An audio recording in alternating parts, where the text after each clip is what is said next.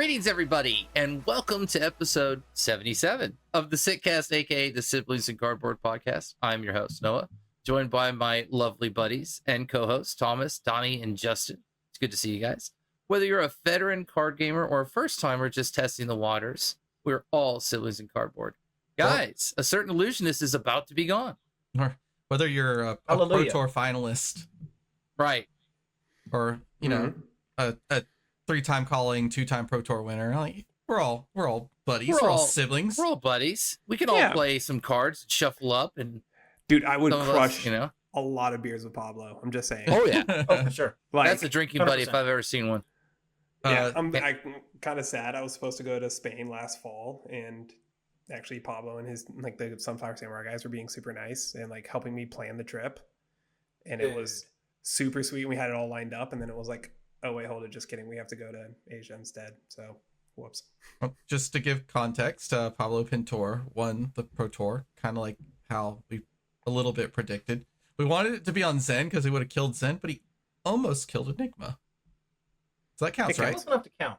It counts. Yeah, it's definitely close enough to count. We're going to talk about that because we have a ProQuest season for ProQuest Singapore coming up, and her being so close to Living Legend means that we're going to have a very dynamic ProQuest meta. We also had a crazy keynote speech. Really crazy. Yes. Oh, we did. So much. Yeah. So clearly most of our Flesh and Blood week was probably watching the Pro Tour and feeling huge amounts of FOMO not being there. Yeah, I played some Fab. Yeah. I think I won some games. I don't really remember. I watched a keynote speech on Thursday, and then the Pro Tour all weekend. So, well, on Tuesday, I did do something a little different. I mentioned last week that I was letting somebody borrow my deck, or borrow my assassin stuff, and obviously that turned out fine, no issues whatsoever. Of course not. It's the Fab community, and I love my community. But the interesting thing is that I played KO instead of playing any of my other normal heroes, so I just got the Unga Bunga all night and still ended up with a 2-1 run. So, hey-o, let's go. Had a good night. I think that's fun. Bunga gets there, apparently. I think I spent most of that evening punting because it was like my second, third, and fourth games in paper with Mario. And the deck is pretty complex, very difficult to play. I did better this weekend. I went 3-0 earlier today. Nice. Mario's fun. Dude, it's really fun being Arachne Marionette playing into Slippy because you have 2 hero powers, and that's sweet. I can't wait to talk about that. Oh, yep. Yeah. Technically. Oh. Okay. So, we had this crazy keynote speech where we got to see a lot of new cards, not only for High Seas coming up, but the Guardian Mastery Pack and some new Armory decks. And whoa. I think King's back. Yeah. So I bet Crown of Dominion actually went up even more. That's my guess because there's just a lot of gold love in this keynote speech. I'll find out if you. I did go past it, and I was like, but I don't think it actually went any higher. What? I mean, it was pretty high last time we talked about it. We talked about it last week. I mean, we could talk about it. We should put it on the radar, no matter what. I'll have it on the radar. Just the normal one. The Marvel one's not worth it. Talk about that one. What, the Marvel one? Yeah, that's like this shit on camera. Yes, sir. Oh, all right. Hold on. I'm putting Aurora back together, and one of the good winning lists was playing it, so I get to play the card again. I'm happy. So I always try to guess that's something that you have on your list, so it just slides right in. I missed it this time. I'm sorry, Noah. Unlucky. No, It's it's fine. Wait, is that the segue? No way. I had like a piece of paper I was gonna. You've got the paper poppies ready to go. Like real official. Like, it's not. It's actually out some. It's actually just a to-do list. It has nothing to do with it. I was thinking of a really catchy transition. No, the market's whatever. I mean, like, it's tough. What? Oh, affiliates before the market. There you go. Aha. I'm trying to do better about remembering. We're getting better at this. Imagine this. Yeah. Imagine that you want to buy things off of TCG Player that we're about to talk about. Imagine that with the simple click of a link, doesn't cost you any money, you could support the podcast. That's right. With our affiliate links on TCG Player, as well as some other ones for accessories that you're going to want to check out as well. You know, sleeves, binders, dice, things like that. You click our TCG affiliate link, shop for whatever you're going to shop, no extra charge, and we get a little kickback. And I got to start doing that myself when I speculate. Please So help me but you out. don't wanna miss I've these. seen pirate cards and I have to buy them now. It's those sweet streamer dice too. We're talking about Yeah, dice. Oh yeah. Yeah. They're good dice. I got to get Some a of those- 14 power dice for some reason. No comments why. No, you have to. Don Blade can get that Yeah. high. It really can. Yeah. For Dawnblade, yes. For Dawnblade. Mhm. Absolutely. We're all That's what I'm doing. warrior guys. Come on. Duh. I threw a Chaliceray today for 16 that banished a card and drew a card. Big Numby. Let's go. I break out one of my D20s now that I think about it. Yeah. I had one in my deck box. That's what the Well, you could do that if That's- you had the big Fab streamer dice with you that you buy with our affiliate link. you could. Just saying. I love this. Anyways, I love so what are we this using our podcast. affiliate links on? Because we started on Crown of Dominion, let's talk about Crown of Dominion. Marvel's sitting at 250. It jumps quickly to 289 right afterwards. Then it jumps to 350. So not a lot of them on there. I think there's in fact 6, if I can count correctly. That is correct, 6. It is getting bought out. Marvel's very sought after. You got to remember it comes from that wonderful set called Dynasty, where it's all hit or miss, feast or famine. Also, for whatever reason, I'm in the business for a Marvel Soraya, so I need one of those. All the Dynasty I've ever opened, I don't have one. It's crazy. Same thing with Marvel Emperor, but I actually want to open that one by hand. But Marvel Soraya, if anybody knows, let me know. Crown of Dominion, 250 for that. It probably does go up. It probably does spike again. That's a tough one to call. If you really want the Marvel, I'd grab that one for 250. Let's be real. $65 rainbow foil. $70 is the next listing after that, and then cold foils you're looking at $100 plus for the cold foil. So it still has a 1 month high of about a 53% increase. It isn't the highest the rainbow foils have been because they've been about 69 or 70, but looks like they are kind of still there. They just get a little one list lower. So I'd definitely take a look at Crown of Dominion, especially with all the gold love that we'll talk about afterwards. Let's just get a couple of weird things out of the way. I don't know what it is. I don't know if it's just something in the air. I don't know if it's the Pokemon effect. I don't know if everybody's doing this whole, if it's low, I want it because it'll go high type deal. I don't know. But promos and like weird promos are being bought out across the board. So I've looked at a lot of promos. I didn't put them all because there's quite a few. I took some that were really funny. Spike with Blood Rot, I think, was a Team Covenant giveaway or a box. It got completely bought out. I think it's like 150 now for the promo, 125, 150. It's in the Slippy deck. That makes sense. Right. Called that a while back. Okay. What's another funny one? Ghostly Visit Yellow. Got sorry, completely Ghostly Visit Yellow. You may The play Ghostly shadow Visit card? from your Banish Zone, Blood Debt. So 1 for 3 in yellow? I don't make the rules, right? But it looks like somebody bought them out. Okay. There was 5 of them for like $10, $8. And then now they're like $120. It's a joke, but this is this kind of stuff I want you guys to be aware of. This isn't real, okay? This is called fabricated hype. Nobody out there is playing Ghostly Visit Yellow. I promise. Fabricated hype? That it's Fabricated hype, yes. fabricated hype. Yeah. Don't go out there thinking this is the next hotness in sliced bread. It's not. It I don't know swings what for this 3. is. It's a 1 for 3. Don't ask me. Cards broken, Okay. blocks 3.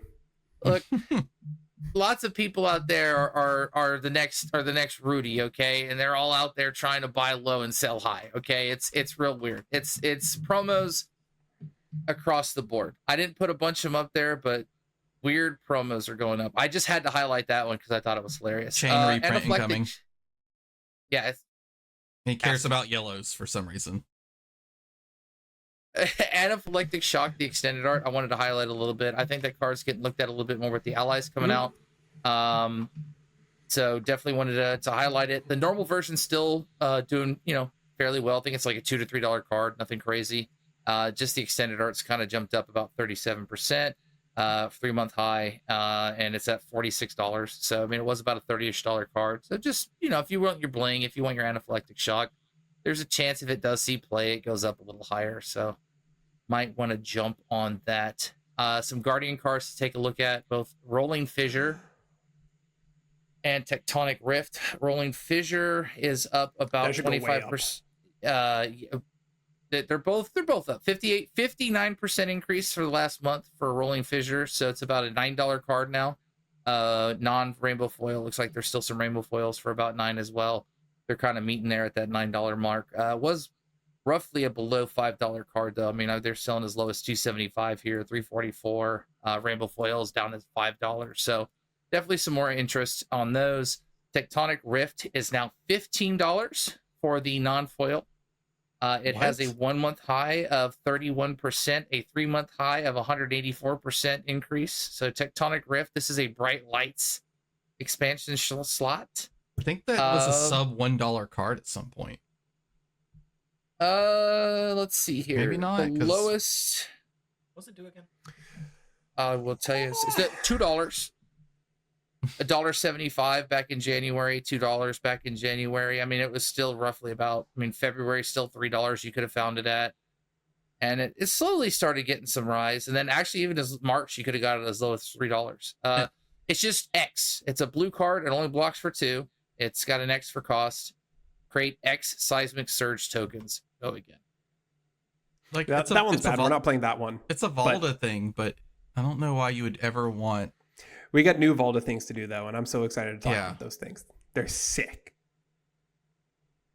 Anyways, Rolling Fissure good though. Play that card. That card's good. Yeah, Rolling Fissure seems pretty good. Tectonic Rifts, I don't know about. Again, it's just a speculation thing. People are just buying it because it says the words Guardian. Empyrean Rapture. Guess we'll talk a little bit more about why that continues to keep going up. But Empyrean Rapture is at $30 now for the rainbow foil, which is actually quite good considering it was for a very long time $15, $10. So it actually getting a little bit of value, a little bit of love. It has a 3-month high of a 128% increase, 1 month of about 20%. So it has a steady increase. I know there's not a lot of people on it, not a lot of people on Prism. There'll probably be a lot more people on Prism coming shortly. So you might want to jump on that. Let's see here. Some Mechanologist cards popping up. This card has an increase of about 250% over the last month. I wonder if anybody can figure out what card it is. It's an awkward one. It's from Bright Lights. Is it majestic or is it rare? It is a majestic. It's not a very good. Well, okay. Well, it's not. I'm not gonna say it's not a very good majestic. But it wasn't a very well-received majestic when it came out.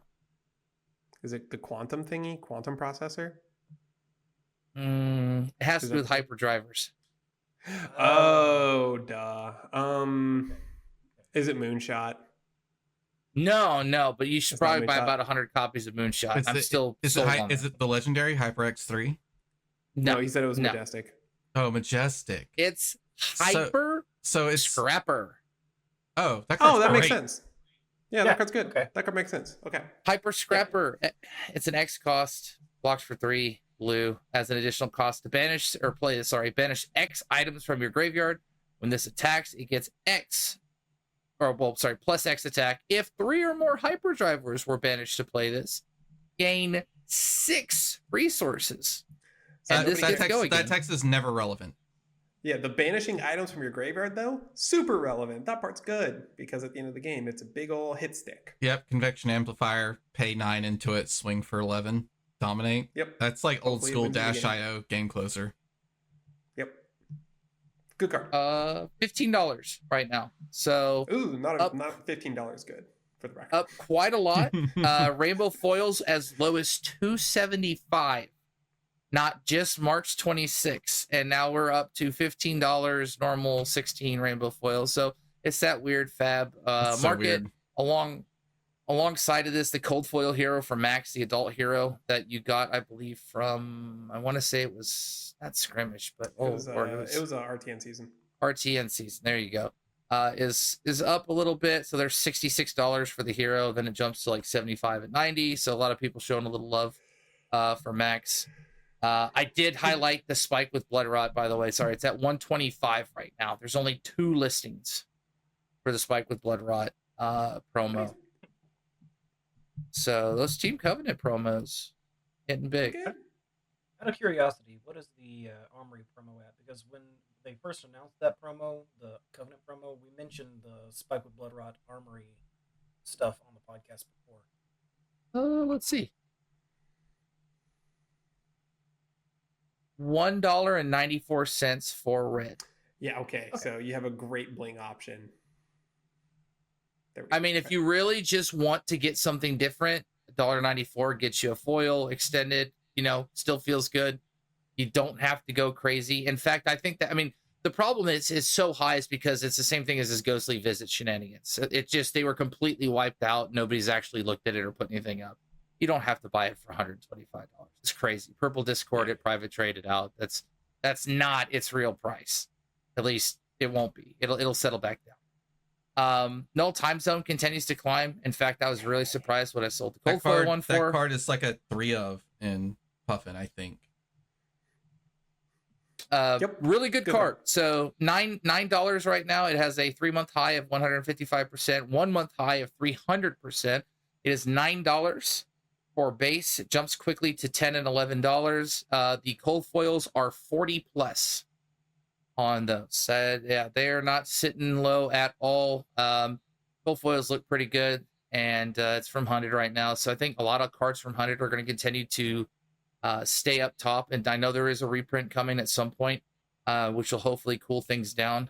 But as of now, things are still kind of tight. Also, it'll depend. Hopefully not one person monopolizes on all the reprint stuff to kind of keep it up. But there should be some cooldown on those shelters. Let's jump a little bit to some other stuff. Oh, actually, here I'll finish off the mech. Adaptive plating. I always like to keep this on the radar. I don't necessarily think it's going up, down, left, or right. But it is a $57 rainbow foil card, quickly jumping into the 60s. I always want to keep track of that. I think that card is extremely... way more than I thought. Yeah, it's this ceiling for this card back when mech was mech was actually really high. And so I always want to make sure that people are aware that this is one of the most versatile cards mech has access to, especially with the galvanized, that you can first of all modular plate in any slot. You can equip it to another equipment zone, and then it has galvanized. We still don't know what that's for, by the way. Yeah, we don't. Somewhere down the road, you'll figure it out eventually. Trust me. Yeah, this is the long con.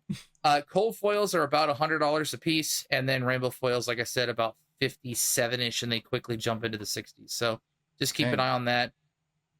Codex of Blood Rot.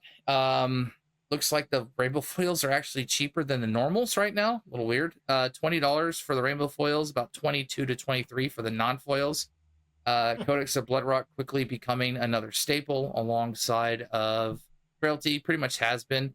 But I think that one loses some efficacy once Enigma. It does. Yeah, that's what it probably does. Probably after next Monday. There's got to be another. What? Did something happen? There's another illusionist. Right. There's another illusionist that'll take the place. Yep. Quick dog flex, quick doge, quick whatever you want to call them, flexers. Okay. I talk about them a lot. I think we talked about them last week, but they continue to climb. They're $100 for rainbow foil, which is another spike up from its 80, which was another spike from its 69. So they continue to go up. I don't know if this means that people are trying to, keep the prices high before the reprint, whatever it may be. The boots are really good. I don't know if they're $100 rainbow foils good, but they're pretty dang good. They're a card that every deck that has at least 24 blues has to look at. Yep. I agree there. Just want to... But no, that's it. I just wanted to keep Dyadic Carapace in the mix because we still have decks that use it, decks that want to play it, decks that you want to play it against. Not a lot of listings. Rainbow foils at $83. The extended arts are at $135. So just letting you guys know, Dyadic Carapace still probably one of the best glow ups I've ever seen from a chess piece in terms of the rainbow foil slot. It was crazy. So it went all the way up from $19 to that mark. And we're going to end on something really weird. I think you guys might enjoy this. Does anybody remember what Gravy Bones, the Armory deck, it's what, $50, right? $50, $60? What's the MSRP on it? It's supposed to be like 50. Yeah. Right. What if I told you they were pre-selling at $100 right now and selling? Of course they are. what if I Don't told be a you scumbag. what if I told you that for some reason, this is crazy, by the way, because I don't know what it is about armory decks. I think the Azalea chess piece, Hidden Agenda, the foil, actually sells for $50 on TCG Player. No, Some of them. there is a 1 in 10 alternate color. Yeah. That one has a special thing. But here's that's what you do for the probably Gravy what it Bones is. thing. You find a local game store because you play Flesh and Blood, so therefore you should be playing at an armory somewhere. All right. I gotta go back You and check go up that. to your local game store and you say, "Hi, Mr. Local Game Store owner. There's this new thing that is coming out that I would greatly appreciate. Can I pre-order this or put my name on a wait list for this and get notified and have it put off to the side for me, please, sir? I beg of you." And they will say yes because you are a wonderful customer and you take care of your game store and they take care of you. And then you go buy it from them at MAP or MSRP or whatever the hell price you're getting it at normally. Don't do it at this stupid $100 pre-order range. Don't. And then everybody's happy. Yeah, don't fear monger. and Don't be everyone's like, happy. oh no, this is going to be so needed and I need all the cards from this for Nats and blah, blah, blah, blah. Nope. Just go to your local game store. They'll take care of you. I did this with 10 mine. of them, by the way, have sold at $100. Don't do this. I went literally to my local Don't game store. encourage the scalpers. The please. only thing said, I I could don't think do of, This community. the only thing I could think of is for people who have very limited accessibility, and it costs them that much to drive somewhere to pick it up anyway. Even then, I'd rather buy it from local. Yeah. I was gonna say Same. I'll put it out to you, Even and then, I I don't would want to rather call them. necessarily take them from people, but if you're having problems trying to buy one for MSRP, I will buy you one for MSRP and send it to you. Yeah. I'll charge you under it. We'll ship it Please- for free Please because talk it's to one of your pretty siblings in crazy. cardboard. We will help you out. It's pretty criminal. I actually have If quite a possible. few armory decks that I buy and I keep them sealed. So I've got a Bolton, I've got some other, just in case. You have some KOs? Wait. I don't oh, have damn. any chaos. I have a cousin with a Hold on, KO hold on, deck hold on. that hasn't There- been Can we, opened. can we bring this full circle? Are you going to have some of those armory decks on your TCG Player store that people can find through our affiliate link? Whoa! You know what? That would be a really good idea. In fact, see, I would do that, but something tells me that they're just going to sell to the, you know what I mean? Like the people are going to turn someone will around and scalp sell it. them and Yeah. Yeah, you're upcharge just going to them. have to hit me up on Discord or something like that and say, please, I can't get a Gravy Bones. And if you're buying it to resell it, I'm going to be a little upset. But like, I know a lot of people are going to want to play this class. It is probably going to sell out really, really quickly. Even from the keynote speak, which we can kind of roll into with this transition, because that's all I have pretty much for the market minute. We'll touch a little bit when we talk about the treasure packs, because I definitely want to talk a little bit about that. Oh, yeah. But they are going to be limited. So Something wasn't out of the sugar- keynote speech? yeah, What happened? Well, What happened there? lots of things happen, but specifically with the armory deck, they did say it would still be limited. So just be mindful of that. I just don't want to see another chaos situation, which is where we're going to go, where there are no decks at your local armory and they're all on TCG Player for like $115 because you want to play Gravy Bones and you need the cards out of them. And here you are. So we actually have 5 armory decks coming out in the future. That's true. I was really hoping for a Huge Dory and one, bundle. but it wasn't Dory. It was close. We have Oh Gravy yeah, Ira, Bones. that was the other one. Yep, we have Gravy Bones. We've got a new card called Vengeance. Let me find that so I can express the text on For the it. Gravy Bones deck? No, Ira. for the Ira. Or for the Ira deck? Oh, we did. Oh, yeah, we did it's- see one new card for Gravy Bones, right? The one that could prevent 1 damage. Yeah, Sawbones, Dockhand. It's another Majestic dude that attacks. It's a 2 cost. This one has 2 health. It attacks for 6. It costs 1 to attack, tap to attack it. And we have been confirmed now that We knew it was symbol with tap. the circle and the arrow is just tap. Just turn it sideways. And we untap we at know the end this- of turn, right? End of turn. Mhm. It's part of your Did cleanup. not specify. He did. It's end of If turn. it- He oh, did. he did? Yes. Did someone Hey, ask This it's is me? my. This is my. No, he said it during He the specified it. Okay, cool. I'm Cool. not sure I So then like sweet. this face. Because that means So- Chum can swing for 6, untap, and then immediately force you to attack into him. Yeah, on the next turn, which is annoying. But this one's instant tap ability is the next pirate. The next time you or a pirate you control would be dealt damage this turn, prevent 1 of it. So like someone tries to cheese your allies out, you tap him real quick and they don't die. You have to overkill He's by very- 1. Yeah, he's very annoying. So anyways, but yeah. So that's the card we saw from the Gravy Bones deck. All right, and then from the Ira deck, we got Enact Vengeance. Combo, if Edge of Autumn or a card with Vengeance. I love that. And its name was the last attack this combat chain. When this hits a hero, destroy all cards in their arsenal. It's a 2/6 with 3 block. So it's a slightly worse Command and Conquer, but the fact it comes in an Armory deck and gives you kind of the same width as Command and Conquer is pretty good. You swing Edge of Autumn, or immediately upgrade your deck by bringing 2 Kodachis with you when you buy the. unless there's a lot of cards that say Edge of Autumn. Yeah, I bet there will be. There has to be, but also there are literally no cards currently legal in the game for Ira to play that say the word Vengeance in it, besides Enact Vengeance. So there has to be something else in the Armory deck that goes along with it. Yeah, Or so future you probably expansion slots are design space too. But it's a 2/6 flick flag target in red. That's fine. It does have the word combo on it, and combo is a pretty good word when you have flick flack in your deck. And Sure I is. like the fact that they're exploring comboing with the weapon instead of Yes. adding additional That's- tutors yes. to the Yes. deck, Mhm. having a consistent thing on the board that you can use to combo with this thing. Yes. That feels like a step in the right direction for ninjas and combo in general. also incentivizing people to do something other than playing Kodachi dual threat. Kodachis. Because Yeah. you can what's the +1 draw card? Even bigger than that? No, No, +1 draw no. card. Ancestral Empowerment. You could Ancestral Empower this, or you can't do that to Command and Conquer. So it comes in for yeah, 7. true. It comes in for 7. You block 3. You block with the D react, and then you Ancestral Empowerment up to 8, and then they lose their arsenal. Wait, we're talking about Ira. This is already coming in for 7. 7, this and then is you chain pump link it to 8 after they go, okay, 3 block and a 4 block. So and it is a 6, but you swing the Edge of Autumn, and then the second attack each turn comes in for 7. So this is a 3-card 8 right off the bat, but it's a 3-card 8 that threatens all of the cards in the arsenal. This is just Command and Conquer 4 through 6. You could D-react D-react a good it, one though. because it blocks 3. You can D-react it, so that's fine. But It has combo on it, Fair trade. which I That's really how I like. want it. Yeah, you Yeah. get to interact with it in a couple of ways. I think breaking skills, even if you run that right, breaking skills is combo, right? Combo driven. Yeah. works Yeah. combo. Something so- to note is that Katsu could still technically play this card. If he's changed a Plays out to card, autumn. or if he's changed a card name to be Edge of Autumn. Or change a card name to change a card name to be Sworn Vengeance because he can't legally run it and it's funny. Or Enact Vengeance. He could change the card name literally just to Yeah. be Enact Vengeance.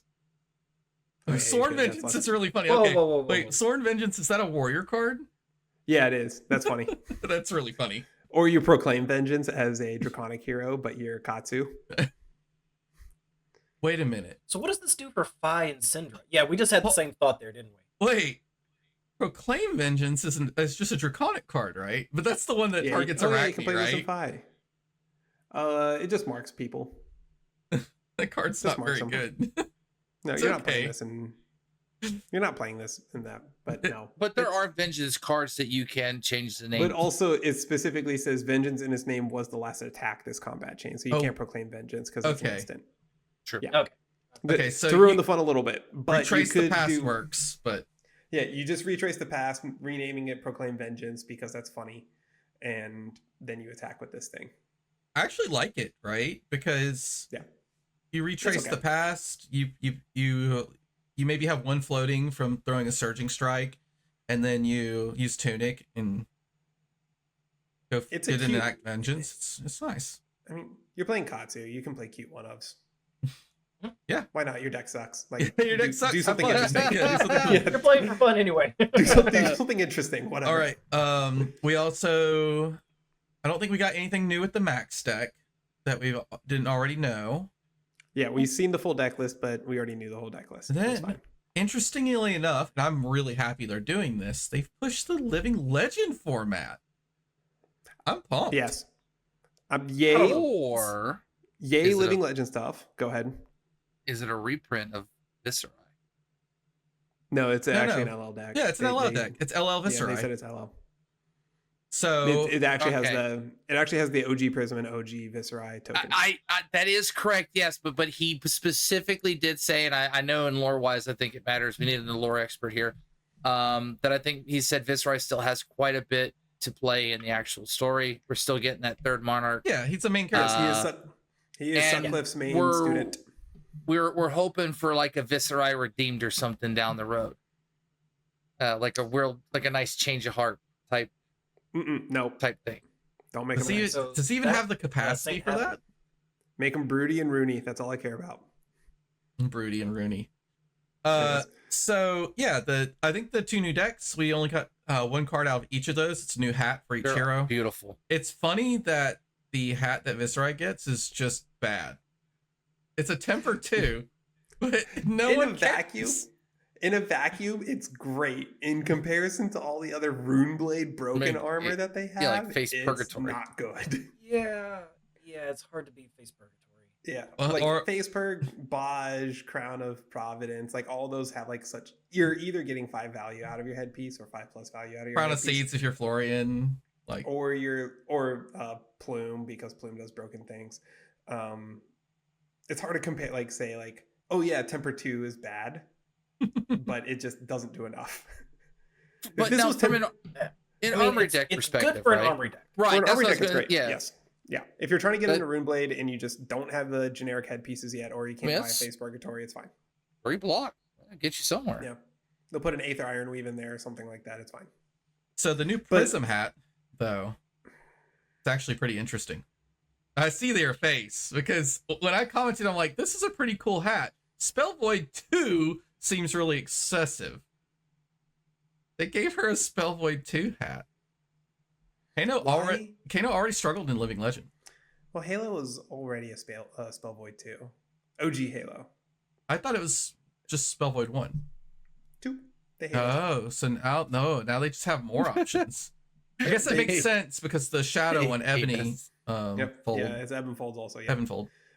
But this one, I hate it because we talked about how like the Helm of the Arc-Knight was just kind of mid, and it's like whatever. But Halo of Lumina Light is actually good because it says when this is destroyed, you may put a yellow aura from your banished zone into the arena, and it's Spell Void 2. That's kind of cracked. Like you have to jump through some hoops to get that card there, right? It needs to get into your soul, and then you need to burn it.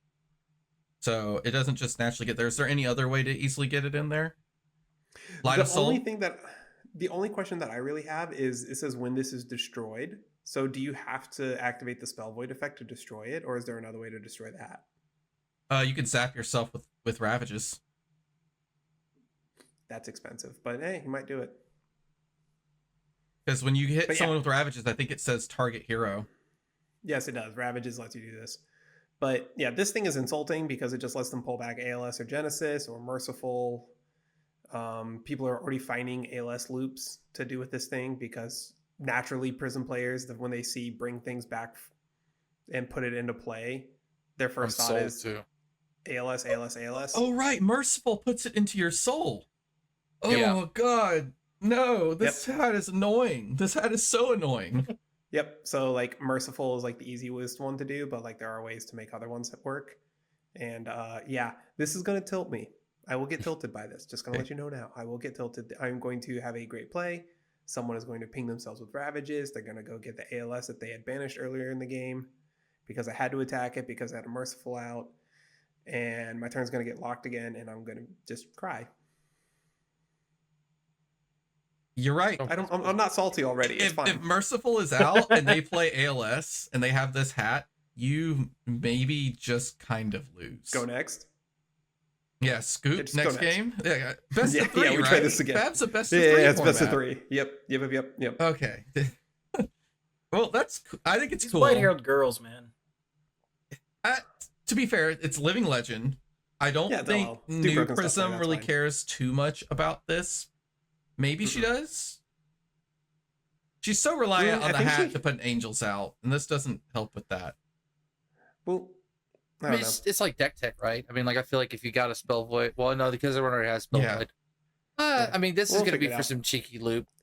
Listen, illusionist. If anyone's gonna figure out how to break a stupid card like this, it's gonna be the illusionists. Illusionists, Like yeah. the one tricks, they will figure this out. Yep. Yeah, we should probably get an expert or something to come on and tell us about it and how good it's going to be. Yeah, We should. Can we do that next week? Yeah, Does that I like think a good so. I idea? think so. That's Yeah. crazy. We don't know who yet, though. We'll figure it out, though. I got a couple things. We're cooking. We're trying I to mean, figure it it's out. funny because we Yeah. could say that he topped a Pro Couldn't Tour, stop. and that doesn't even really narrow it down. It sure Because doesn't. there were like 5 or 6. There were 5 illusionists. Yeah, There's 5 five illusionists. illusionists. 3 auroras. But anyways, Whew. do we want to talk Mastery Pack next, or do we want to talk pool party skins? Oh man, pool party. I Or mean, that's treasure short. packs. Let's talk about the pool party. Let's pool skins. party. Dude, Syndra is so cute. I love her. I want a Syndra card. I'm happy for more fun alt art hero texts or hero boxes. Those are cool. Yeah. The anime I'm ones all were for great. Anime Vis is still my king, but like I these think are cool. I think it's a little weird that they changed Victor into an inner tube though. Like, Yeah, everyone else, originally. Yeah, I know, right? everyone else but- got like a nice art treatment, and Victor's just an inner tube with a fat white guy in it. I was pissed at the Victor one for a long time. Legitimately, Okay. like I was It took me raging. a second to get that one. I was raging on like one of the local discords about these skins and how much I hated them. Because I don't like any of these arts because I'm a Legends of Runeterra player. That was my first card game. And Pool Party Fiora, the artwork they had in that game for Pool Party Fiora, both the like base and leveled up forms are the goats. Like that is my gold standard. I will compare everything to those. But I was upset with the Victor one until somebody pointed out that the horse was turned into a pool, like the pool floaty. And I was like, okay, now I'm in. This is great. Because They're clever. yeah, that one was really clever. I don't know. These are tasteful. They're not just like big booba, which Elysis really hasn't done any of that or like been too provocative in general. So Only a couple of. even like, then, not- like most of their stuff's like, I mean, they literally did a whole Everything's seduction very set. The and it most was still provocative tasteful. cards. The most provocative cards we got were Mystic Assassin. That flavor. And Yeah, everything. and even then, And those it, were it like, makes sense for new though. and It even makes then sense they for were new like because that's her whole aesthetic. mostly reasonable. Yeah. I There don't were know. things that where it's like if I showed it to like a 12-year-old, it's like I'm not scared that a 12-year-old sees this, but I'm also not like, Mask of Reoccurring Nightmares is a little close. yeah, that might be. But Persuasive anyways. Prognosis is a little. Saber Bloodshed.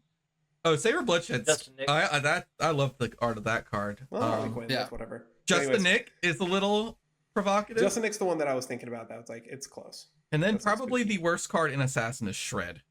That one's not sexy. That one's just spooky. Yeah, that's just dark and grim. But anyways, Really grim. But yeah, but pool party skins, I'm not a huge fan of them normally. These ones are okay, so whatever. It adds flavor. It's Yeah. collectors. It they're doesn't great. take away from any of the main stuff. There's still tons of different chases. It's neat. Okay. Not anime Vis or Dory, but it's still very good. It's something fun, and I like the fact that they're not completely focused on that edgy and grim and gory stuff so much. There's room in this. There's room in the game and room in the art for fun, things Playful. like this. Yeah, fun. appreciate Yeah, that. yeah. I appreciate that the like retrain arts are like location specific. So like we got the anime ones in Japan, and we get these pool party ones in Singapore. hmm Where like if you know Singapore, it's like That's nice. just Yeah. some of the craziest beaches you've ever seen. I didn't think about that, but that's really cool too. Singapore, Taiwan, Thailand, somewhere there. It's one of the like island countries. I'm sorry, I'm being offensive. I don't know which one it is. But anyways, I bet it's I know he harder. talked a lot about the Stupid beaches leading up Americans. into it. Then So- we have a lot of Guardian cards that came out. A lot of Guardian on Guardian hate too, strangely enough. I want to talk about those cards first. Okay. So, Hit it. We got spoiled. I think it's 3 full art Guardian Mhm. Marvels that are coming out with the. Is this the Guardian Mastery Pack? or this is is this- finally Yes. Guardian Mastery Pack. No, Okay. nothing else, just Guardian Mastery Pack. So explain them. there- I don't really there's a s- understand the point of these cards. They're cool. They're very cool. There's a cycle of them. They're all 6 for 10s, which I've complained about Guardian cost curve for forever, that you have to run all these blues and then everything costs 4. And I hate that. It is the dumbest thing to me ever. Like I know, oh well, you use your tuna counter and now you get these 4 for 8s. And that's cool. You do that once every 3 turns that you're like good at the game. You got to play the game the other 2/3 of the game. Mhm. So I love these cards because they're all 6 for 10s, because then someone passes back to you, you just throw a big dumb idiot, and you have good 3 card hands now all over the deck, which is a big deal to me. But these Guardian on Guardian hate cards, they're all like X of the old ones. I'm going to read out Smelting, and the other ones have different effects to it, but they're all crush effects, 6 for 10s, block 3s. Crush when this deals 4 more damage. These call out specifically to a Guardian hero. Destroy all equipment they control with -1 counters, and heave 2. One of them says destroy all auras they control, and the other one is sleep dart, so it like turns off the hero text box. So that's the differences in them. I don't care about the effects. Like the crush effects, I don't care about them at all. I care about heave 2. Yes. And that gets me really excited for other heave 2 cards. Why does this matter? Because the 4 costs now. You pitch 2 blues, you throw a 4 cost, and you have 2 resources left over to heave 2 with. That's another one. That is a possibility, but I don't like the 4 costs. I can run a Nothos and tech plating, and I can go make a seismic surge, swing a Nothos. I can heave a thing at the end of the turn because I will have 2 floating. The next turn, my Valda is active automatically because it is 3 seismic surge tokens, and I get to crush. Now, these effects kind of suck, right? These aren't the greatest effects, but at the end of the game, I block out with a bunch of cards, and I just throw a 10 dominate at you that you don't have an option to deal with over and over again. Like, this is a really reliable endgame state that you can make. Yeah, that's true. And maybe that's why the on-hit crush is just almost non-existent. oh yeah, if they put good on hits on these heave 2 effects, like we're cooking. Like we're really cooking. But even then, like once a game, you can just like cop it away, and then you get to play the Valda spec, which is called Put Them in Their Place. And it's another 6 for 10 that says crush. If this deals 4 more damage to a hero, they discard their hand, then they draw that many cards. So they block with 1 card from hand, right? Because it's a crush effect.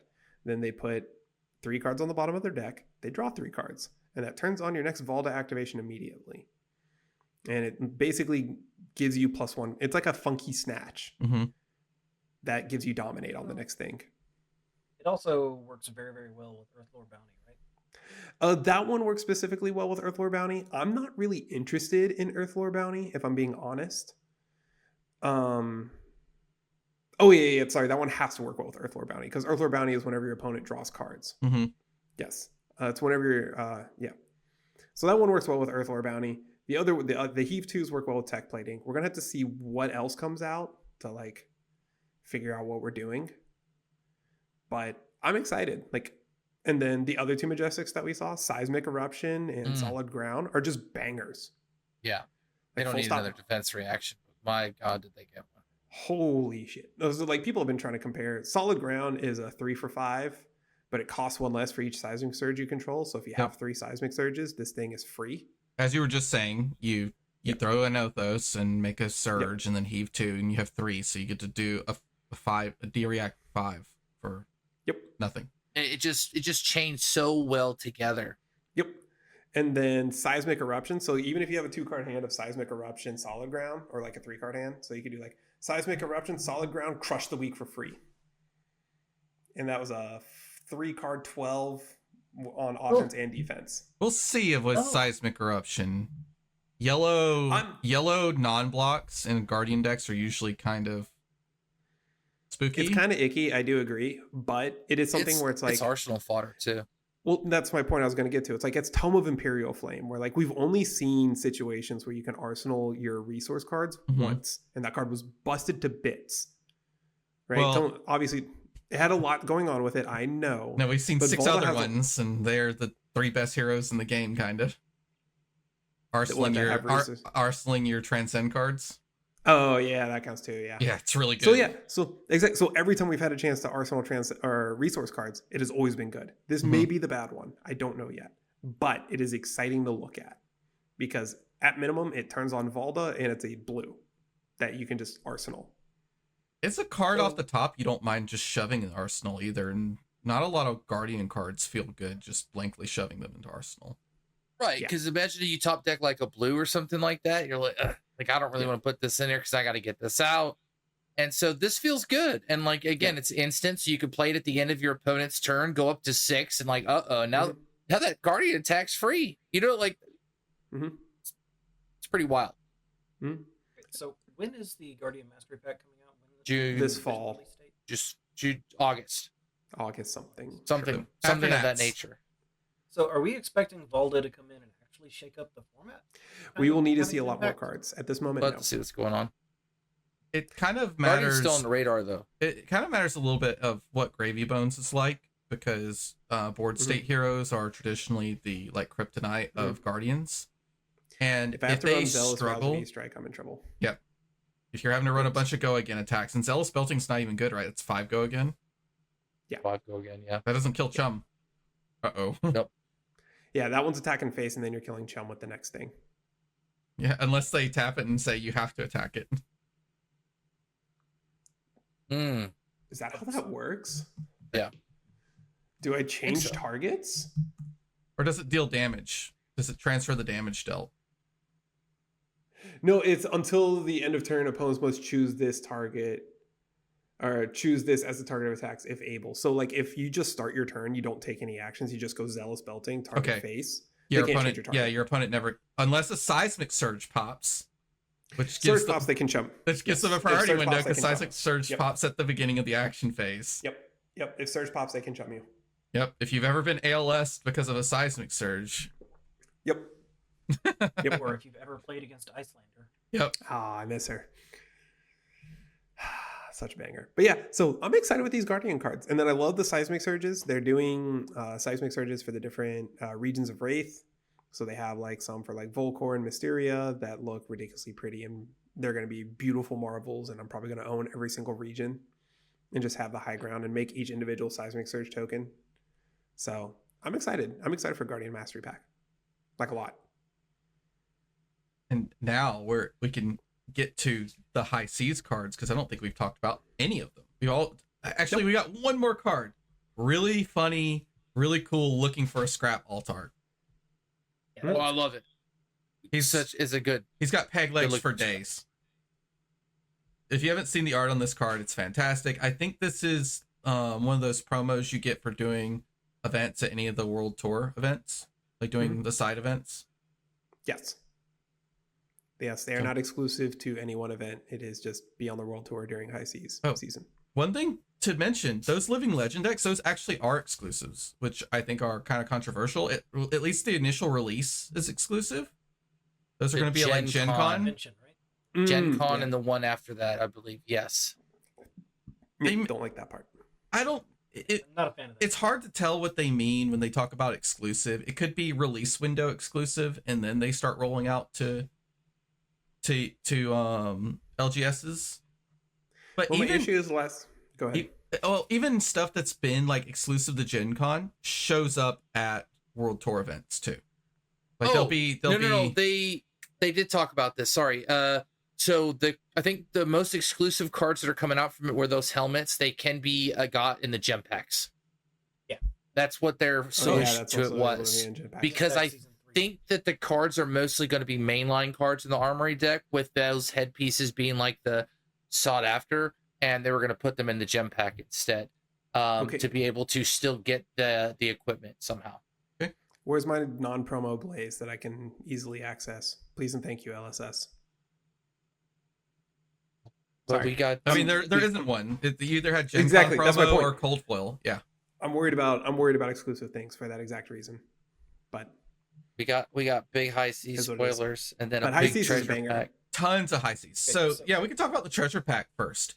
I missed that part. What are all the things that come in the treasure pack? All right, so check this out. First of all, the treasure pack is 1 per box, so not 1 per case. Not a mystery like MST. The gold pack, the Mystic. It is supposed to be 1 per display that they talked about. I went to go to delve around a little bit. Most creators that I saw have talked about this say it's 1 per box. Usually a box is called a display. So definitely get your boxes sealed, things like that. Obviously with LGSs, if they have things open already to buy individual packs, it's kind of up to them what they want to do with it. I would assume, assume is a strong word. I would hope that they would raffle it off or do something like an armory type thing. Something to that. Well, I mean, don't say that because then I'll just get Well, I mean, that incentivizes people to come scoop up 4 packs instead of just buying 2 or something. Exactly. Sure. Okay, that is a cool little cheeky way too. It's supposed to be 1 per box, so you get 1 of 3 gold variants. So either gold, Golden Cog or Gold Kiss Rum. That those are guaranteed. So boom, you get a gold Cog. I think Gold Kiss Rum, they said, is going to be more hard to find than the other ones. Makes sense. They're full arts. They look really good. One of them is going to be a map slot. So you're going to have the gold, then you're going to have a map slot, and then sandwiched between is going to be the treasure card, the treasure slot. 138 different variants. I have a picture that you can kind of put up. So 14 common cold foils, 49 cold foil pirate cards, 4 legendary cold foils, 11 Marvel cold foils. It says 2 + 9 with 100 copies of each. So I assume it's going to be, I don't know what the 2 + 9 is, unless there's like 2 that are just completely off. But either way, looks like there's 11 Marvel cold foils and 100 copies of each out there. And then for the keynote speech, this is crazy. 1 in 1,000 packs. Okay, so 1 in 1,000 treasure packs of these treasure packs. So of these treasure packs, this so has got one per 1,000 boxes of 1 in 1,000 boxes. In that middle, will have 43 what's called Grail cards from Mr. James White himself, personal collection, signed. Which it's crazy. He pulled out his binder and just started signing them. I was pretty damn excited. I'm so excited for this. I can't begin to tell you. There are heart. Yeah, there's one heart. There's one of every gem, pretty much. Signed cold foil fabled legendaries. He put the Marvel Heroes in from the Black Label as well because he knows it was kind of a short print. There's a tunic. He also, the specific Marvel Heroes that he did, they didn't release these ones. The Marvels that they printed out and sent to stores were Marvel on one side and they had the Fab TCG back on the other side. These ones are dual-sided Marvels. The Bravos. Yes. I think specifically yes. Wow. These are... It's all the heroes from that first history pack. And the library. So I think there's... He's talked about, I think there's only going to be one library left or something like this outside of it. Like some of these are literally 3-ups in the world. And there's like 2 in these packs. Like, this is wild. This is pretty crazy. Like, if there wasn't already competition for high Cs, there's going to be competition for high Cs. You can just open a $20,000 card. I'm going to open some packs. Let's see if I get lucky. Yeah. I think Justin froze. He's coming back. Am I here?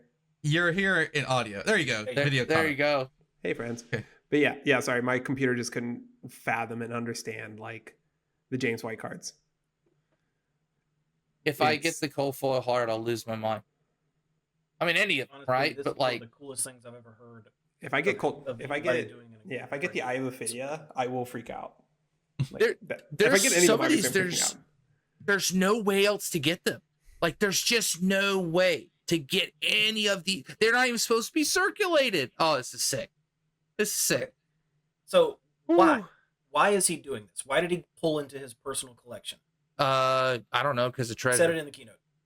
No, it's because they wanted to include the treasures and the cold foil things, but they have the cold foil reprint policy where they could not just create new cold foil fables. They could create a new cold foil heart. So in order to really juice up these packs and do something really truly special to make it feel like treasure, James went into his personal collection. He opened his binder, literally pulled these cards out and signed them, and sent them off to the distributor. This is freaking cool. Yeah, it's got to be one of the coolest things I've ever seen a creator do. I mean, like technically doesn't violate the policy, right? Right, yeah, because he's already printed. They're already printed. I'm very curious of like the financial logistics. Did LSS like back fund him for his collection? Did he just like say, "Here you go, brothers"? Like, no, I'm sure there's some kind of write-off. Like, there has to be some sort of write-off. But even then, like, this is still a crazy thing to do. Because if you ask me, would you rather have like $10,000 of cash or like a cold foil fable signed by James White? I would rather have the cold foil fable. Cold foil fable signed by James White. Yeah. I could go to Singapore easy on $10,000 worth of cash. But you could probably sell it for more than I could go to Singapore 3 times in 20 years, maybe, when I sell it for $100K or whatever. Like, yeah. Okay. Yeah. You're sitting on it. Yes. If you're willing to sit on the card, like, it will go up in infinitely. value. Yeah. I would infinitely rather take the actual cards. There's a cold foil EA tunic coming out there. Yes. Or like You understand Okay. that? That's There's cold foil storm striders. I have to get cold foil signed storm striders. This is like getting a Natty Royal flush on an actual playable board in Texas Hold'em. It could happen. It's cool that there's even an opportunity there. But yeah. Don't overspend trying to get. Dude, a how cold pissed foil. is James gonna be if like his Heart of Findall never gets opened because it's like in that one box that just got like hidden or something? It's sitting in Rudy's closet. It'll be 10-year-old sitting out. comes in and buys it. Doesn't know Where what is they Yeah. opened. No, yeah, exactly. Like some 10-year-old buys it and they don't understand why did someone write on this card already and they try to throw it away.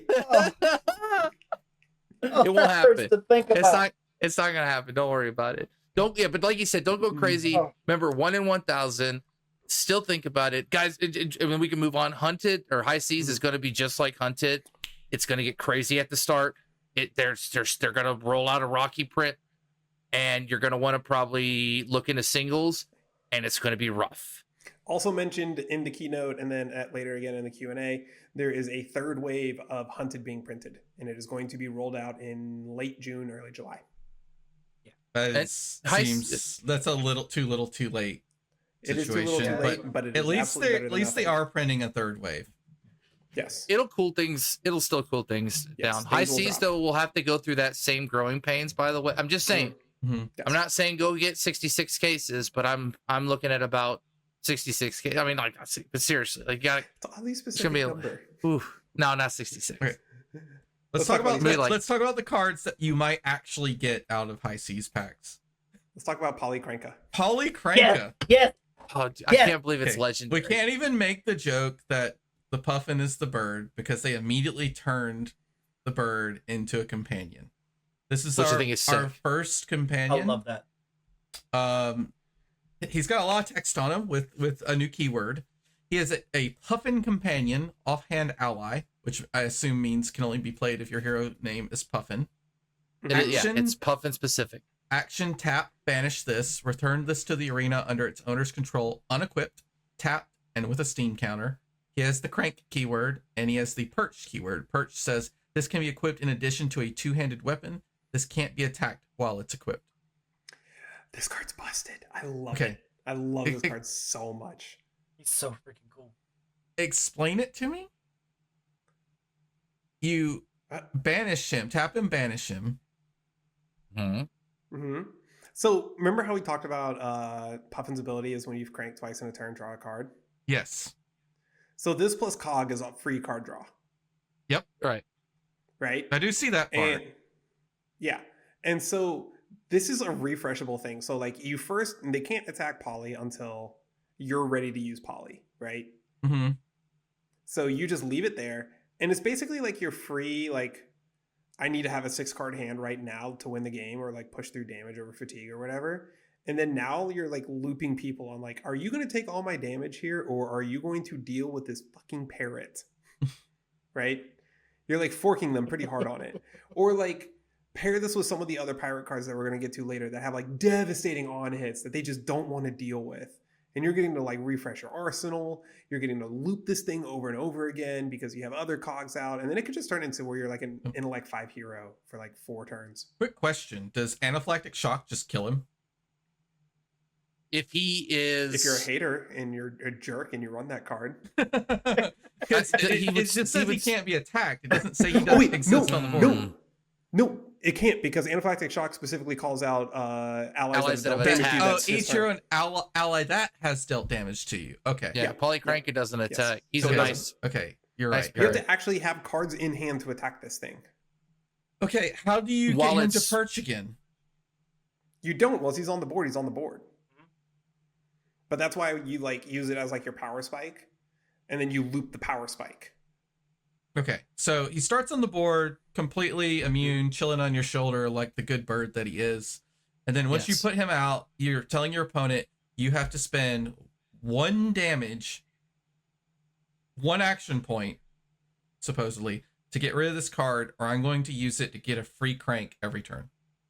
Yes. Okay. And because we know about golden cogs, it's already like basically saying, like the card comes out, first off, it's your offhand.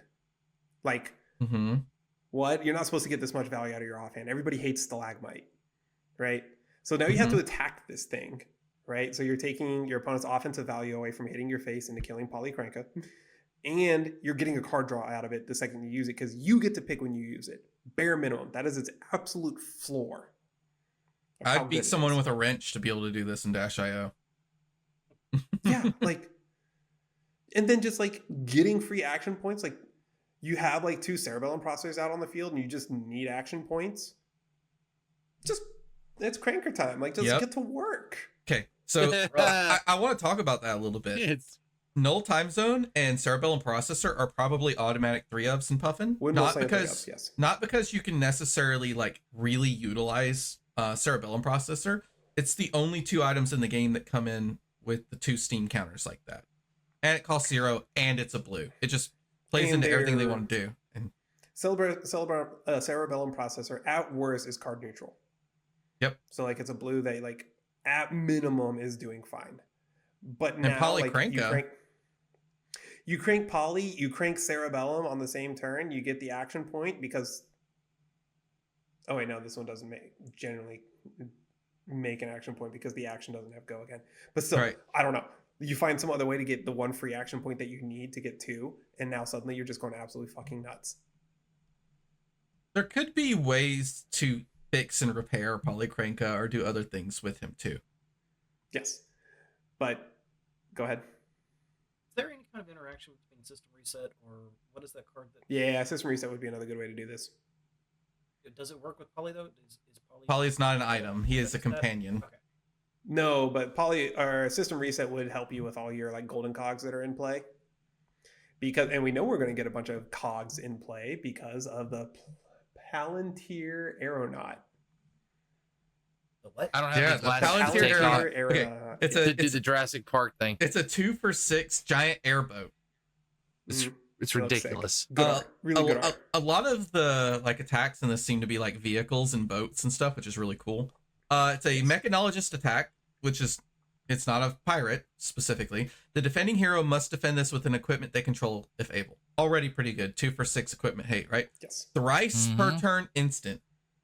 Tap a cog you control. This gets +1. If this is the 3rd time you've activated this ability, destroy a defending card. That's crazy. So it's criminal how good that is. Because people just block with like Storm Striders over and over again, or the Grasp or whatever. That like anything that's 0, you can't break it. Yeah, you're not breaking it. It's fine. It's whatever. Anyways, here's my 3 cogs. Well, not even that. And then it's a 2-for-9. A 2-for-9 that destroys one of the cards defending it. Like, we'll see how hard it is to get 3 cogs out at once, but this card is like huge value for like not getting fatigued. Imagine if you have like Sky Skimmer into this thing, even if it's like a 1-cost Sky Skimmer, right? So it's like a 1-for-5 go again. And even if you don't use all 3 cogs on this Aeronaut, you still just use 2 of them. That's a 3-card. What? This gets up to 8 if you only use it twice. So 8 + 5, 13. That's a 3-card 13. That's good. That's really good. You got to get a bunch of cogs. I don't know how we're doing that yet, but there's got to be ways to get cogs. The payoff for cogs is there. Yeah. Unlike Olympia, we can see where the payoff is. It's in the this cogs. one we don't know. Like we don't know how to get the gold, and we don't know how to make the cogs yet. But we know what the payoff is. We know what the payoff is. Right. We know how to make 1 cog a turn, but the cogs only last at most 2 turns. So how do you get the 3rd cog? We'll have to see. All right, we did not get the mechanologist weapon. It's heavily implied that it's 2-hander. A big surprise. Most of the mechanologist weapons are 2-handers. Mm-hmm. Or all of them? All of them. All of them. Even the pew pew gun that looks like a pistol. Pistol's not a gun, but it takes 2 hands to hold it. Speaking of something that takes 2 hands to hold it, we got our cannon.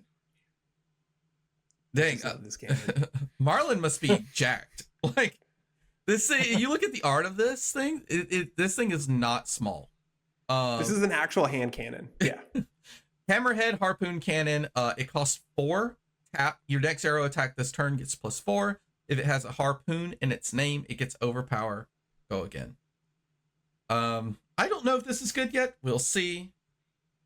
But it does do potentially 1 card to add 4, maybe 2 cards to add 4.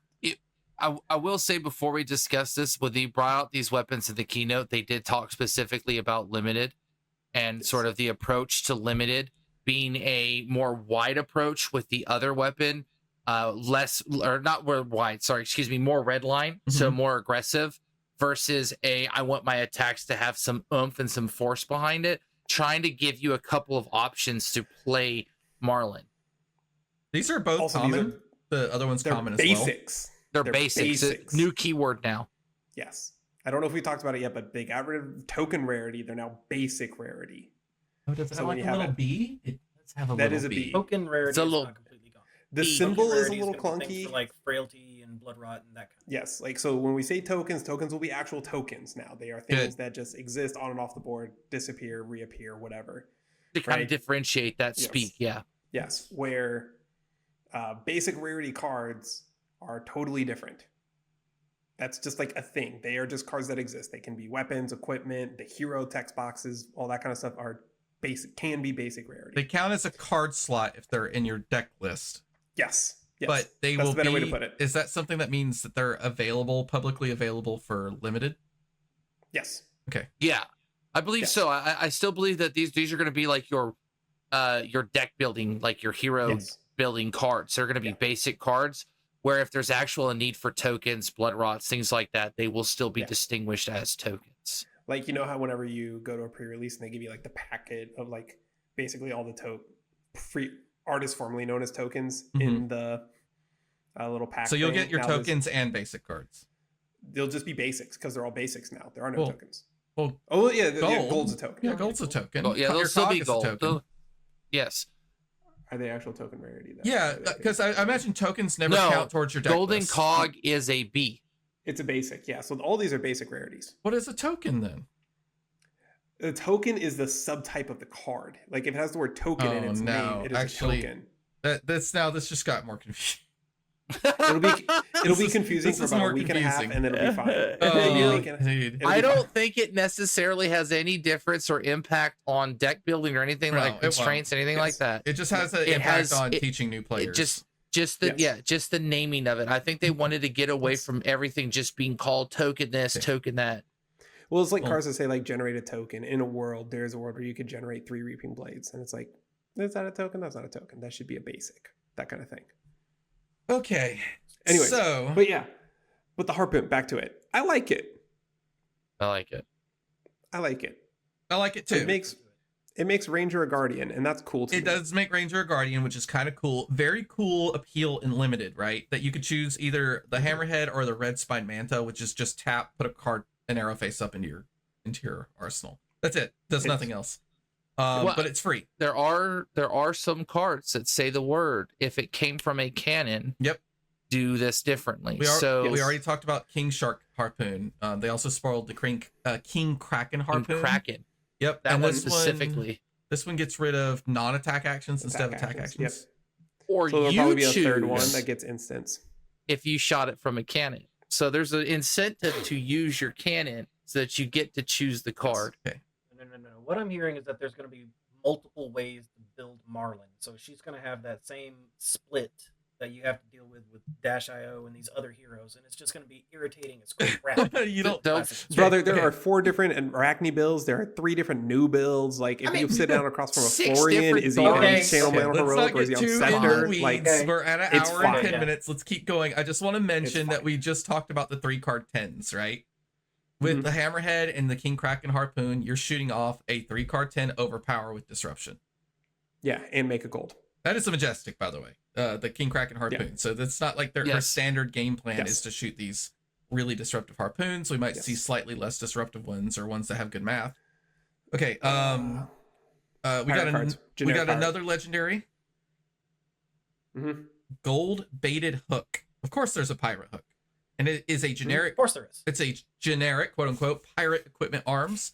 Action, tap. Your next pirate attack this turn gets, when this hits a hero, steal in bold letters. So steal is a keyword.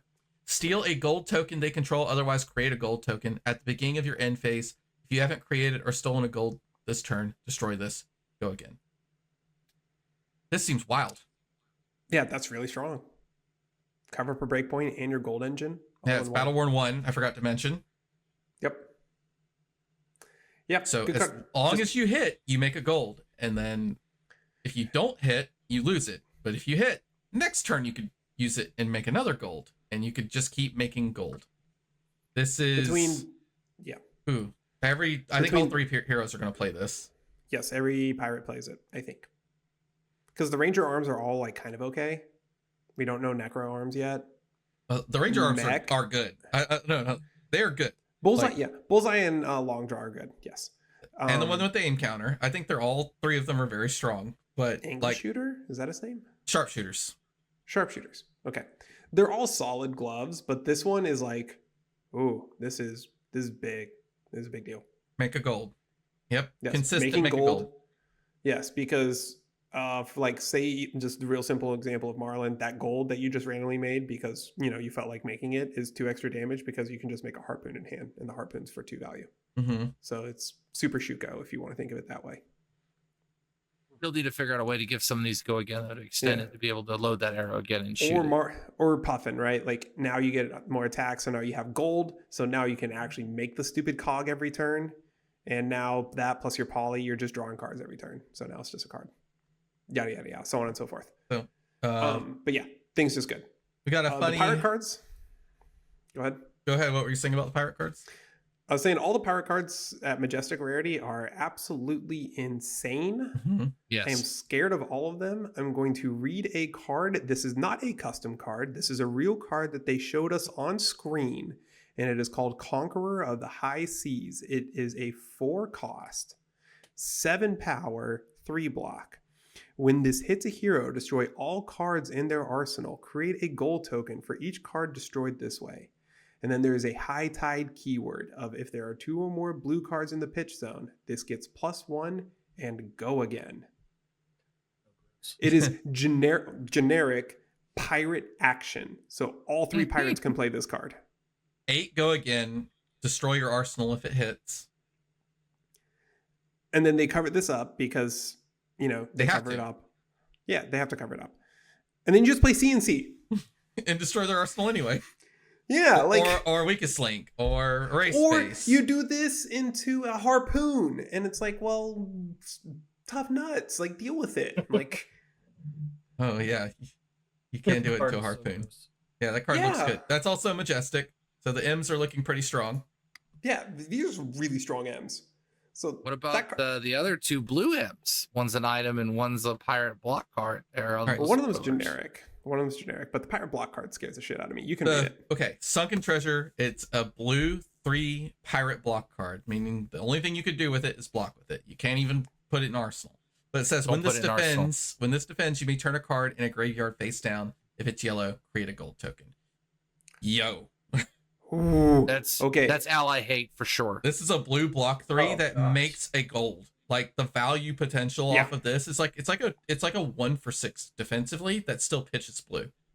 This is super Rootbound Carapace. This is insane. Also another auto 3 of and at least Gravy Bones and probably Gravy. And probably Marlin. Nope. It says a graveyard, not yours. Yes. That's the other thing I was about to get to. Your opponent's playing CYB because they're a hater and like they hate life and all that kind of stuff. You just block with this thing. You put one of those yellow CYBs face down and you get the gold and you turn down their engine. Just saying. Pretty good. Not just that, it is an absolute hate card on Codex of Frailty as well. Yeah. You got 1 leave no witness in the graveyard? Not anymore. This card's because you don't have to. You don't have to turn. You don't have to choose the yellow. Mm-hmm. No, you can just block and like hate turn down a card that you don't want to see. So it could be an ally if they get only resurrected when they're face up. It could be a card you don't want to see recurred. There's a ton of different things because when it's face down, it's gone. Mm-hmm. If you're a ranger or an assassin and you're going for a codex line now, you have to think about before you just go wide into it, because like say you dagger and they sunken treasure your dagger for the 1 clear codex target, like classic new line, right? They go like 2 card hand, dagger, tunics up. There's 1 left floating. All right, this is clearly going to be the CNC, right? You only have 1 CNC in the graveyard right now. Let me sunken treasure this thing. Let's turn that thing down. You got to go pick leave no witnesses instead. Really good. and waste the resource pretty much that you're trying to do that. Yeah. That hurts. It's crazy. It's so good. Right. This diamond amulet thing, I'm less high on. Okay. You get an action point at any time. It's time snap potion. So But it's it diamond is a time snap potion, which is interesting that they decided they needed to print another one, but it has this additional keyword, Legend of the Watery Grave. You may only have one of this in a constructed deck. When this is put into your graveyard from the arena, turn it face down. Wonder I why. think it's just a flavor thing. No, I think there's going it's to a be blue. something that fetches this out of your deck without having to spend an action point to get it in play. And that's probably why it's a 1 of and not a 3 of like Time Snap Potion. Like Titanic memes aside, I think this is probably going to be really strong in Titanic. yeah, it's going to be really strong in Gravy Bones, because I think having an extra action point for him is going to be really good. We got to talk about Gold Kiss Rum. We mentioned it earlier and we did not actually read the card. Yeah. It's a really, really big deal in a lot of Oh, directions. it's huge. And then I think this is our last one. Oh, other than flying high and the peg leg, Which the I peg think leg those makes are you go really good. zoom. It's one of those draft cards that just gives you an extra go again. Yeah. And then flying high is Shadow Puppetry for everybody. Your next Yeah. attack this turn gets go again. If it's red, it gets +1. Does it go down the color wheel? Yep. Yellow one does yellow. Blue one does blue. Whoa. Yes, it go. No, this is really good. Oh. Like flying high is actually Flying High is solid. Yeah, Flying High is like that looking for a Gen- scrap level rare. It's very good. This is It going to get gives played your in Guardian, CNC right? go again. What does it cost? It's a Zero. 0. It's free. Are you serious? Dude, But it's- it gives CNC go again.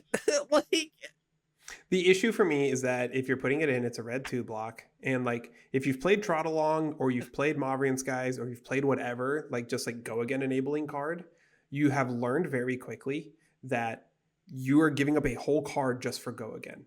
And so you have to make up for it with the rest of the cards being on rate. but some decks are going to struggle to give go again, Yes. and I think that's where this slots in. So okay, you're near your Guardian endgame, and you just need to throw 2 attacks to win the game. You've gotten full tempo. Like you had the like 1 or 2 of blue flying high that you put in your deck for when you get down to like 3rd cycle. You have one of them in Arsenal, and you just auto win the game because you're just you could do like big blue attack blue go fly again, high. Anathos, and they're dead. Like yes. No, there are use cases where it's going to be good. Do not get me wrong. But like, and this is a card that we'll see constructed play. I'm not like saying it's windmill slam in like every deck and we need to be trying to abuse it. It is not take it on the chin. All right. Take it on the chin was insane. This is not take it on the chin. This is not count your blessings. Take it on your chin only is 2 split classes though, but generically being able to say, hey, yeah, everybody getting access is a little spooky. I now want to get my I'm Ira. I can go Kadachi flying high CNC for 8, go again, and still throw something afterwards. Yeah, like there are going to be uses. There are going to be uses for it. Don't get me wrong, but it's a good card. Let's just say I'm flying high on it. It doesn't even have to be blue to get the go again. It just has to be blue to get the +1. Man, this card's so good in blue. Yeah. Wait. The pump is only for the color. It also says the color is attack. for the pump. Yeah, it just says attack. So it gives weapons go again. Isn't this just better Trot Along? Like Trot Along blocks 3. Let's pump the brakes there. But it has to have a base of. Nope, it has to be 3 or less. But Yeah. I'm using it on Reaping Blade. I don't care. Okay, you're right. Trot Along does block 4 and 5 with the chest piece on. Okay, let's wrap it up with Gold Kiss Rum, toast of Gold Kiss Rum. All right, Gold Kiss Rum. It is a generic token item, basic rarity. So I guess we're not drafting this thing. It's just there. There. Instant tap your hero. So this is cool where it's telling you to do something else other than like interact with something other than just the card. So tap your hero, destroy this. Your next action this turn gets go again. Your hero can't be, and this is why I want to talk about this card, untapped this turn unless they're a pirate. This is so flavorful. I love It's this. so flavorful in so many directions. But the big deal to me as the stupid competitive spike thing is we now know that there's an untap symbol, which means that there are things that are going to just untap your character in the beginning of turn or whatever. Or like middle of the turn. Like you have like, there could be like a pirate ally that like, when you swing this, untap one of your other pirates, right? That kind of thing. And like the It strength of keeps design space. Yeah. Too. The strength of untapping things in these decks is crazy. If there's a way to get multiple Gold Kiss Rums and you can untap and you can keep giving actions go again. Oh man, dude, this just like screams Shackle to me, and Chain was a problem. Yes. Puffin, right? You have a bunch of gold sitting there. You make a cog. You tap Puffin to do it. You untap Puffin. You make another cog. You just drew the card right there. Right? And now you have 2 cogs in play. And then you just play the big boat thing. And then you take someone's gear. And then you just kill them. By the way, something to consider, that if the item has go again and you crank it, you get an action point. Cranking awards an action point. It doesn't give the card go again. Right. Yes, so if the item itself, if you sip the Gold Kiss Rum, you play the Cerebellum Processor, then you crank it, you actually generated an action point. That's how you go action point positive. Okay, that's how you go action point positive with Puffin. Bad role models here. We're going to be chugging Gold Kiss Rum to draw extra cards. And swing with extra zombies. It's also nice to note that just the idea of not being able to untap is if you're not a pirate, meaning you could still do this in another deck. You just won't untap that turn at your end phase. But like if you're like, for instance, say Azalea and you want to give an attack go again, you can do it. Okay. Who cares about untapping Bravo? That's what I'm saying. Nothing cares about being tapped. I do need to note That's something. what I'm saying. I do need to note tap something. Your own hero. There is going to be a rule surprise for board state after this set. Yeah, they gotta clean that up. So you can't turn your hero sideways. I'm not turning Flick Knives sideways. I'm not turning Dash IO sideways when I use her once per turn ability. This is going to be another time where things get like weird, like when we're told to take our tokens off the board, and we're told to or basic cards, whatever they are, or if we're told to we can't turn our equipment face down anymore. Face down. Yeah. There's going to be some growing pains, but we will figure it out. If they're going to retroactively change all of the once per turn actions to tap now, if that's going to be an across the board errata. We will see. I No, doubt it. No, I can tell you that no. The reason why is that this specific set is interacting with the tap mechanic, and it is trying to do specific tapping and untapping things. Where if you get to tap Bravo, or not Bravo is a bad example, but like some of the once per turn hero powers, if you can make them twice per turn, that'd be really strong. Or like, I don't want that. I could tell you one that's already weird. Dawnblade gets super weird. Yeah. Anyway. This is we've already kind of admitted at the start of this, there was no way we're going to cover even a small portion of what we wanted to cover about how great this weekend was. So this is the end of, I guess, part 1. I'll try to get this out like literally tomorrow. So people are like, Pro Tour weekend just ended. Let's see what the kind of the keynote recap was. And then next week, we're inviting a guest, I hope, if he's back from his travels and feeling well enough, to actually talk about his journey to top 8 and his experiences while he was at Pro Tour London. There is one more thing that I do want to talk about. Worlds. Worlds is going to be in Philadelphia. Woo! Wait, we know East that? Coast, baby. I could drive there. It's log in. Yeah, it's East Coast. We're all going. Road trip. When? Road trip. Road trip. When is it? September, October. Yeah, it's always around October. Yeah. Yeah, that may be within the realm of possibility. That's far enough out for me to actually try to come up with some plans. I may try to do that. That just sounds I will be there. I will hopefully Set be release playing in Worlds? Absolutely. No, it's not the set release, is it? No, it's not a set release, but It's not a set release? It'll be like the Pro Tour. It'll be essentially I'll Pro say Tour for it's a set release for me. Who cares? What? Whatever it is, let's do it. Yeah, it's on the it's technically above Pro Tour, but it's competitively it's the same level as Pro Tour. Yeah, same K factor. So okay, I'm pumped. I didn't know that it was in Philly. Let's go. I really love. There's an incredible food place right across from the hall, so I'm excited to take you guys there. Excellent. Maybe during football season too, I'll try and double up. I was about to say you could go falling over your Eagles. I gotta go catch an Eagles game. Dude, we're gonna tailgate an Eagles game if it's that weekend. That would be incredible. Actually, that would be really cool. If I bomb out and I have a Sunday open, I will absolutely do that morning. Yes, that sounds sick. We tailgate and then we just like start driving home Oh my god. Okay, I'm in. Oh, that sounds... All right. I'm not a sports guy. I don't give any kind of rats behind about any sports teams whatsoever, but I'm all about hanging out with the boys on a tailgate. I was about to say, are you a beer and Brother. hot dogs guy? Like, Absolutely, yes. Listen, if you have not been introduced to the culture that is the Philadelphia Eagles fan base, you need to be introduced to Yeah. it at least once in your life. As long as you don't say anything negative, they're gonna love you. No, Just you wear don't- dark green. Whatever you do, Yeah. just wear dark green. Okay, say "Go Birds" like once or twice, and then That's you it. get to be part of it. You're good. okay. Okay. All right. Yeah. So I think next week we're gonna do a recap through firsthand experience of Pro Tour London, and then we will also talk about the ProQuest season. We have ProQuest coming up this weekend, but it is actually not a shift in the meta yet, because Enigma and Dash IE and Zen are like literal games away from leaving.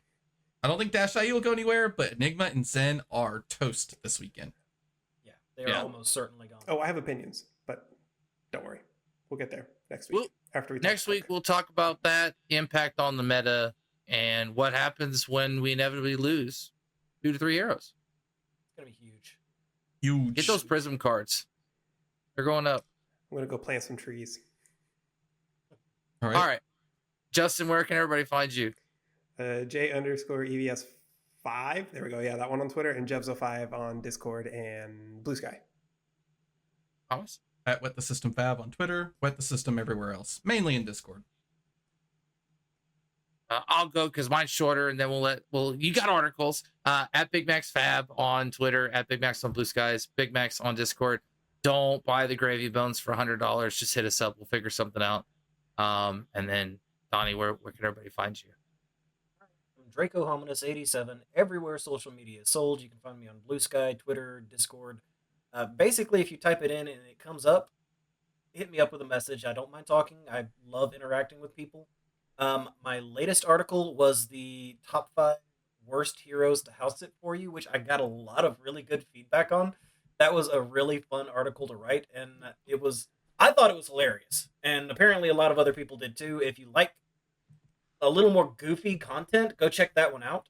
I'm not sure what my next one's going to be yet, though. But my editor did have a little feedback, like, this was hilarious, but this is not something I want you to do all the time. So it's going to be a hit or miss kind of thing with that kind of stuff. But it was fun.